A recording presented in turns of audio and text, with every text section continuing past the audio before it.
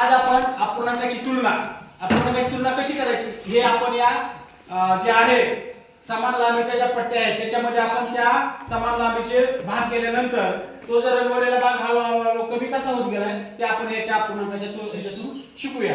पहिल्यांदा एक पूर्ण लांब पट्टी होती त्याच्यातला अर्धा भाग केल्यानंतर अर्ध्या भागाला आपण काय केले रंगवले. म्हणजे त्यापासून काय झालंय की एका पट्टीचे दोन भाग केले आणि त्यातला एक भाग काय केला रंगवलाय. म्हणजे काय झालाय त्या पट्टीचा अर्धा भाग रंगवलाय. आता त्याच पट्टीचे आपण तीन भाग केले. किती भाग केले 1 2 3 आणि रंगवला किती भाग 1. पट्टीचे भाग किती केले 3 म्हणून छेदामध्ये 3 लिहा आणि रंगवलेला भाग किती आहे 1 म्हणून तो 1 घ्या. त्यानंतर त्याच पट्टीचे आपण 4 भाग करूया. 4 भाग केल्यानंतर 1 2 3 4 चार भागापैकी एक भाग रंगवायचा.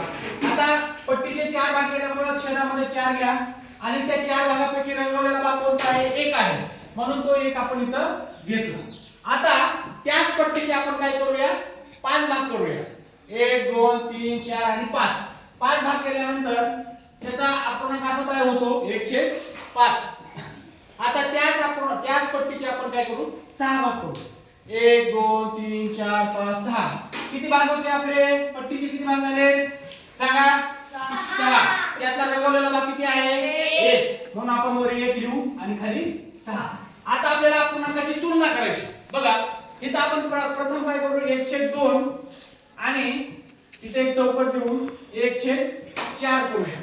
आता मला सांगा याच्यामध्ये अपूर्णांकाच्या तुलना या पट्टीच्या तुलनेतून आपण काय शिकतोय 1/2 जास्त रंगवलेला आहे का पट्टी बरोबर आहे की नाही. आणि 1/4 ची पट्टी कुठे आहे बघा इथं आहे.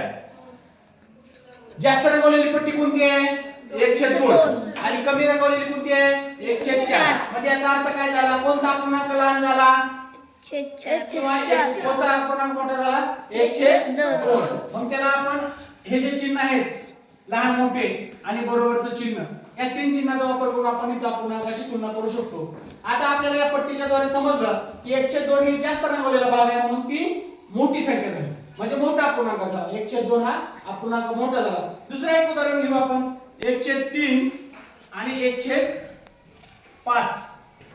आता इथे बघा 1/3 चा अपूर्णांक इथं आहे म्हणजे ही एवढी पट्टी रंगवलेली आहे.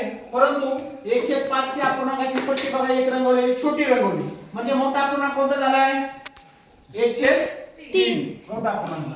परत आपण दुसऱ्या ह्याच्यामध्ये बघूया.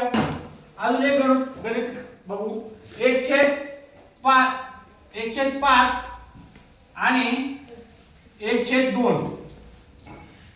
आता इथं लक्ष द्या 1/5 ची अपूर्णांकाची पट्टी इथं आहे. इथं छोटाच भाग आहे एवढा आणि 1/2 हा मोठा आहे म्हणजे अपूर्णांक कोणता मोठा आहे मग 1/2 म्हणजे हे हा अपूर्णांक इकडं. आता अजून एक गणित बघूया 1/4 आणि 1/4. हे बघा इथं काय करायचं आपल्याला इथं 1/4 आहे इथं 1/4 आहे म्हणजे काय झालं दोन्ही सेम आहे म्हणजे बरोबरचं चिन्ह आपण देऊया. म्हणजे आपल्याला समजलं की या समान लांबीच्या पट्टीमध्ये जो भागाचे अपूर्णांक त्या पट्टीचे भाग केल्यानंतर सगळ्यात जास्त रंगवलेला भाग जो असतो ती मोठी अपूर्णांक आणि कमी रंगवलेला भाग म्हणजेच छोटा अपूर्णांक. याच्यावरून आपल्याला कळलं की त्या संख्येमध्ये जो छेद जास्त असतो समजा 6 आणि इतर 3 आहे ज्या संख्येचा छेद मोठा आहे ती संख्या लहान आहे आणि ज्या संख्येचा छेद लहान आहे ती संख्या मोठी. पण कधी ज्या वेळेस अंश समान असेल म्हणजे 1 असेल किंवा 2 अंश असतील ज्यावेळेस अंश समान असतील त्यावेळेस ही क्रिया वापरली जाते किंवा असं समजायचं.